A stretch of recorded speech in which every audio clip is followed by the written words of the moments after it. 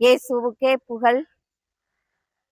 கிறிஸ்து இயேசுவில் பிரியமானவர்களே, இஸ்ராயல் மக்கள் வழிபடுவதற்கு ஒரே ஒரு ஆலயம் இருந்தது. இந்த ஆலயமானது மலைகளால் சூழப்பட்ட எருசலேம் நகரில் சீனாய் மலை மேல் இருக்கின்றது. இந்த ஆலயத்திற்கு இஸ்ராயல் மக்கள் 3 முறை திருப்பயணம் செல்வது வழக்கம். அவ்வாறு திருப்பயணம் செல்லும் பொழுது அவர்கள் திருப்பாடல்களை பாடி தியானித்து ஆண்டவரை வழிபட சென்றனர். அவ்வாறு வழிபட்ட பாடல்களில் திருப்பாடல்கள் 120 முதல் 134 வரையிலான 15 திருப்பாடல்கள் திருப்பயண பாடல்களாக கருதப்படுகின்றன. இவற்றில் சிலவற்றை தாவீது மன்னன் எழுதியுள்ளான். இவ்வாறு திருப்பயணத்திற்கு பாடப்பட்ட பாடல்களில் ஒன்றைத்தான் நாம் இன்று தியானிக்க இருக்கின்றோம். நாம் திருப்பயணம் மேற்கொள்ளும் பொழுது ஜெபமாலை, சிலுவை பாதை, பக்தி பாடல்களை பாடி விவிலியம் வாசித்து தியானித்து ஜெபித்து செல்வது போன்று அன்று இஸ்ரேல் மக்களும் திருப்பாடல்களை பாடி ஜெபித்து சென்றனர். சீனாய் மலை மேல் உள்ள கடவுளின் ஆலயத்திற்கு 15 படிகள் இருக்கின்றன. இந்த 15 படிகளையும் ஏறி செல்வதற்கு அவர்கள் 15 பாடல்களை பாடி சென்றார்கள், தியானித்து சென்றார்கள் என்று கருதப்படுகின்றது.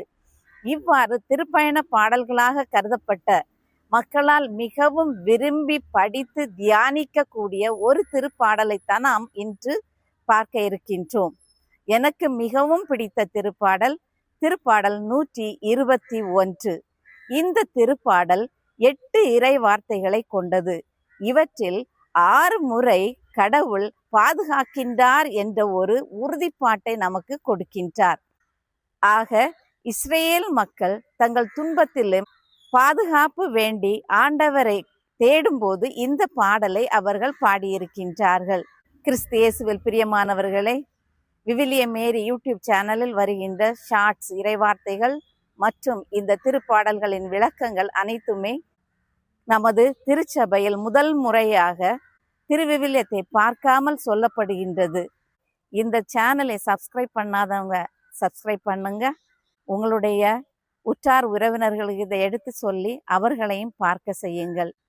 ஒவ்வொரு நாளும் நாம் விவிலியத்தில் உள்ள வார்த்தைகளை கேட்டு தியானிக்கும் போது கடவுள் நமக்கு அதிகமான ஆசீர்வாதங்களை தருவார். முதலில் திருப்பாடலுக்கு கடந்து செல்வோம். மலைகளை நோக்கி என் கண்களை உயர்த்துகின்றேன், எங்கிருந்து எனக்கு உதவி வரும்? விண்ணையும் மண்ணையும் உண்டாக்கிய ஆண்டவரிடமிருந்தே எனக்கு உதவி வரும். அவர் உம் கால் இடராதபடி பார்த்து கொள்வார். உம்மை காக்கும் அவர் உறங்கிவிட மாட்டார். இதோ இஸ்ரேலை காக்கின்றவர் கண் அயர்வதும் இல்லை, உறங்குவதும் இல்லை. ஆண்டவரே உம்மை காக்கின்றார். அவர் உம் வலப்பக்கத்தில் உள்ளார். அவர் உமக்கு நிழலாவார். பகலில் கதிரவன் உம்மை தாக்காது, இரவில் நிலாவும் உம்மை தீண்டாது. ஆண்டவர் உம்மை எல்லா தீமை நின்றும் பாதுகாப்பார். அவர் உம் உயிரை காத்திடுவார். நீர் போகும்போதும் உள்ளே வரும்போதும் இப்போதும் எப்போதும் ஆண்டவர் உம்மை காத்தருள்வார். கிறிஸ்து இயேசுவில் பிரியமானவர்களே, இந்த திருப்பாடலானது 2 பேர் பாடுவது போன்று இருக்கின்றது. ஒருவர் கேள்வி கேட்பதாகவும் இன்னொருவர் பதில் கூறுவதாகவும் அமைந்துள்ளது. இந்த திருப்பாடலில் 3 பேருக்கு பாதுகாப்பு கொடுப்பதாக அமைந்திருக்கின்றது. முதலில் திருப்பாடல் ஆசிரியருக்கு பாதுகாப்பு, 2வது இஸ்ரேல் தேசத்துக்கு பாதுகாப்பு, 3வது இந்த திருப்பாடலை வாசித்து தியானிக்கும் ஒவ்வொருவருக்கும் பாதுகாப்பு கொடுப்பதாக அமைந்திருக்கின்றது. நாம் ஒவ்வொன்றாக இப்பொழுது விளக்கமாக பார்ப்போம். முதலில் திருப்பாடல் ஆசிரியருக்கு பாதுகாப்பு. இறை வார்த்தைகள் 1 முதல் 2. மலைகளை நோக்கி என் கண்களை உயர்த்துகின்றேன், எங்கிருந்து எனக்கு உதவி வரும் என்று ஒருவர் கேள்வி கேட்க, இன்னொருவர் விண்ணையும் மண்ணையும் உண்டாக்கிய ஆண்டவரிடம் இருந்தே எனக்கு உதவி வரும் என்று பதில் கூறுவதாக அமைந்துள்ளது. அதாவது திருப்பாடல் ஆசிரியர் மலைகளை நோக்கி கடவுளின் ஆலயத்தை நோக்கி பார்த்து ஜெபிக்கும் போது தனக்கு உதவி கிடைக்கும், பாதுகாப்பு கிடைக்கும் என்ற நம்பிக்கையோடு அவர் கேள்வி கேட்கின்றார். எங்கிருந்து எனக்கு உதவி வரும்? விண்ணையும் மண்ணையும் உண்டாக்கிய ஆண்டவரிடம் இருந்தே உமக்கு உதவி வரும் என்று பதில் கூறப்படுகிறது. யார் இந்த விண்ணை மண்ணையும் உண்டாக்கிய ஆண்டவர்? தொடக்க நூலில் குறிக்கின்ற படைப்புகளை உண்டாக்கிய ஆண்டவர். நான் நம்பிக்கையாளர் அறிக்கை கூறும் பொழுது கூறுகின்றோமே, விண்ணையும் மண்ணையும் படைத்தவர். அந்த ஆண்டவரிடம் இருந்தே இந்த திருப்பாடல் ஆசிரியருக்கு பாதுகாப்பு கொடுப்பதாக இருக்கின்றது. ஆக ஒருவருக்கு உதவி தேவைப்படும் பொழுது ஆலயத்தை நோக்கி, அதாவது அவர்கள் திருப்பயணம் மேற்கொண்டார்கள் அல்லவா, அந்த மலைகளை நோக்கி இந்த திருப்பாடல் ஆசிரியர் ஜெபிக்க அவருக்கு கடவுளிடமிருந்து, உன்னத தேவனிடமிருந்து பாதுகாப்பும் உதவியும் கிடைக்கும் என்று கூறப்படுகின்றது. இரண்டாவது, இஸ்ரேல் தேசத்துக்கு பாதுகாப்பு. இது இறை வார்த்தை 4 இஸ்ரேலை காக்கின்றவர் கண் அயர்வதும் இல்லை, உறங்குவதும் இல்லை. அதாவது 24 மணி நேரமும் நம்மை உண்டாக்கிய ஆண்டவர் கண் உறங்காமல் விழித்திருந்து எப்போதும் இஸ்ரேல் மக்களையும் அந்த தேசத்தையும் பாதுகாக்கின்றார் என்ற உறுதிப்பாட்டை கொடுக்கின்றது. அடுத்ததாக, அந்த திருப்பாடலை வாசித்து தியானிக்கும் ஒவ்வொருவருக்கும் பாதுகாப்பு. இறை வார்த்தை 3 மற்றும் 5 முதல் 8, இந்த இறை வார்த்தைகளை நாம் தியானிக்கும் போது நம் ஒவ்வொருவருக்கும் கடவுள் பாதுகாப்பு தருகின்றார் என்ற உறுதி கிடைக்கின்றது. அவர் உம் கால் இடராதபடி பார்த்து கொள்வார், உம்மை காக்கும் அவர் உறங்கிவிட மாட்டார். எவ்வளவு அருமையான வார்த்தைகள்! நம்மை படைத்த தேவன், நம்ம உண்டாக்கிய ஆண்டவர் நம்முடன் ஒவ்வொரு நிமிடமும் நம்மோடு குடிகொண்டிருக்கின்றார். நாம் போகும்போதும் உள்ளே வரும்போதும் எல்லா தீமையிலிருந்தும் நம் உயிரை பாதுகாக்கின்றவராக இருக்கின்றார். எவ்வாறு கடவுள் நம்மை பாதுகாக்கின்றார், நம்மோடு இருக்கின்றார் என்பது கிறிஸ்து இயேசுவே ஒரு சான்று. அவர் என்ன கூறியிருக்கின்றார் புதிய ஏற்பாட்டில்? நானே நல்ல ஆயன், என் ஆடுகளுக்காக நான் என் உயிரையும் கொடுக்கின்றேன் என்று ஒரு உறுதிப்பாட்டை கொடுத்திருக்கின்றார். கடவுள் எப்பொழுது நம்மோடே இருக்கின்றார். நாம் எந்த தீங்கு, எவ்வளவு வேதனையில் இருந்தாலுமே நாம் பயப்பட தேவையில்லை. ஏனென்றால் நம்மை உண்டாக்கிய ஆண்டவர் நம்மோடு இருக்கின்றார். 1 மணி நேரம் அல்ல, 1 நிமிடம் அல்ல, 2 மணி நேரம் அல்ல, ஒரு நாளில் 24 மணி நேரமும் நம் வாழ்நாள் முழுவதும் அவர் நம்மோடு இருந்து நம்மை பாதுகாக்கின்றார். இதற்கு நிறைய சான்றுகள் நாம் திருவிவிலியத்தில் பார்க்க முடியும். குறிப்பாக எசாயா புத்தகம் அதிகாரம் 43 1 முதல் 5 நாம் படிக்கும் பொழுது இவ்வாறு கூறப்படுகிறது. அஞ்சாதே, நீ நீர்நிலைகள் வழியாக செல்லும் போது நான் உன்னோடு இருக்கின்றேன்.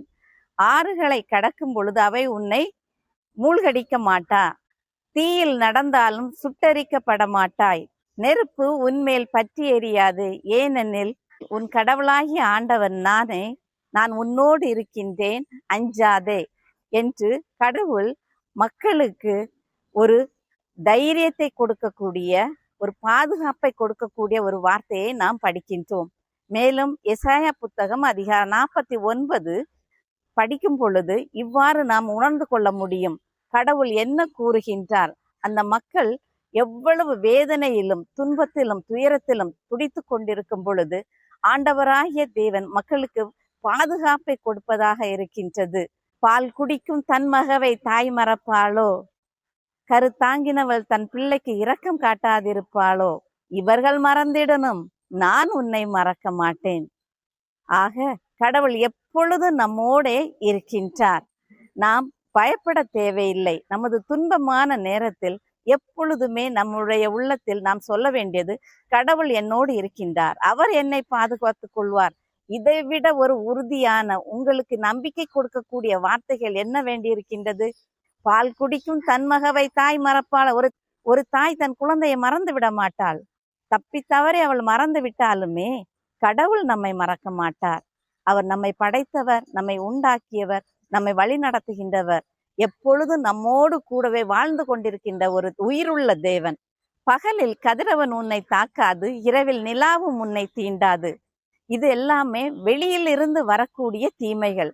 ஆக நாம் நமது துன்ப நேரத்தில் இந்த தீமைகளை கொடுக்கக்கூடிய வெளிப்புற காரணிகளிலிருந்து நம் கண்களை திருப்பி உன்னத தேவனை நோக்கி பார்க்க வேண்டும். ஏனென்றால் வாழ்க்கை இன்பமும் துன்பமும் கலந்தது. நமக்கு பாசம் காட்டுபவர்களும் உண்டு, பகைவர்களும் உண்டு. நம்மை பாராட்டுகிறவர்களும் உண்டு, நம்மை தூற்றுகிறவர்களும் உண்டு. நம்மை வாழ்த்துகிறவர்களும் உண்டு, வசைபாடுகிறவர்களும் உண்டு. நமக்கு ஆதரவு தருகின்றவர்களும் உண்டு, புறமுதுகில் குத்துகின்றவர்களும் உண்டு. நம்மை கைப்பிடித்து வழி நடத்துகின்றவர்களும் உண்டு, நம்மை பாதாளத்தில் தள்ளிவிட்டு வேடிக்கை பார்க்கின்றவர்களும் உண்டு. இவ்வாறு இரண்டும் கலந்த ஒரு வாழ்க்கையை தான் நாம் வாழ்ந்து கொண்டிருக்கின்றோம். நமக்கு நம்பிக்கை தரும் கடவுளை நாம் நோக்கி பார்ப்போம். அவர் எப்பொழுதும் நம்மோடு கூடவே இருந்து நமக்கு பாதுகாப்பு தருகின்றார். நமது வீடுகளில் பயணம் செல்வதற்கு முன்னால், வெளிநாடுகளுக்கு செல்வதற்கு முன்னால், நமது பிள்ளைகள் புதியதாக பணியில் சேர்வதற்கு முன்னால், அல்லது ஆண்டின் தொடக்கத்தில், எத்தகைய சூழ்நிலையிலும் எந்த ஒரு செயலை தொடங்குவதற்கு முன்பும் இந்த திருப்பாடலை வாசித்து தியானித்து பிறரை ஆசீர்வதிப்பது மிகவும் சிறந்தது. ஸ்பெஷலா நம்மளோட குழந்தைகள் பள்ளிக்கு புதிதாக செல்வார்கள்.